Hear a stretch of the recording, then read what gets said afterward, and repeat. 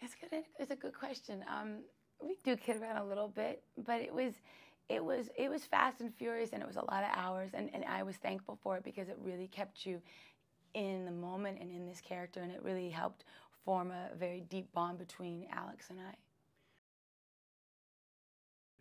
Henry's a great director in that he understands how much to give and then lay back. You know, he creates a scene and lets you know what he needs out of it, and then he gives the actor the room to feel it out. Oftentimes we would get into a scene and we wouldn't actually know exactly how we'd want to shoot it or where we feel like we'd be sitting, and we would just play it out and play it out until we felt comfortable, all of us. And in that, sometimes the dialogue changed a bit, or our reactions to one another. You can't guess what that will be, and that's, to me, when acting's at its best and the most fun is when you don't know what you're going to do next. You were completely in the moment, and he allowed for that kind of environment.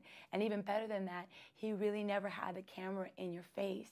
It felt as if you were just living this life. Often, I remember very particularly this scene where I was walking through the house and I was talking to the people on the bank, and I'm finding out that we've lost all our money. There wasn't a camera in the house. I was by myself in the house, the way Cindy would be by herself in the house. They had the camera outside through one window, and I think there was another camera somewhere else, but I didn't see any of them. And gosh, it was a really amazing experience. It really helps you feel like it's as real as can be.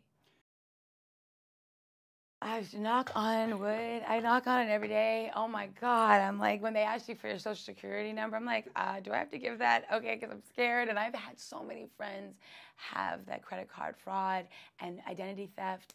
And I just thank God that I haven't had that yet. But just when you say it, it scares me. It puts me, it puts me into a panic. It's a horrible thing, but so many people experience it. It can't be the end of the world. I'm too hopeful for that. I just think we can't resist change, you know. You have to go with the flow. When you resist it, you keep yourself behind, and no one's going to go back and find you. You've got to keep moving forward and accept it and find your peace with it and find a way to make it comfortable for yourself. But it's here to stay. Grandma, grandpa, great-grandpas, they're all using it now. And they're all like, did you know? No, I didn't know. Please don't tell me. I saw this picture of you. Oh, God. Absolutely. And I think that, listen, we can't put rules on it because that's too difficult, but hopefully the film makes you realize we have to have a balance and that human beings need to interact the way you and I are right here in a physical way, not just you alone in a room with somebody that may or may not exist.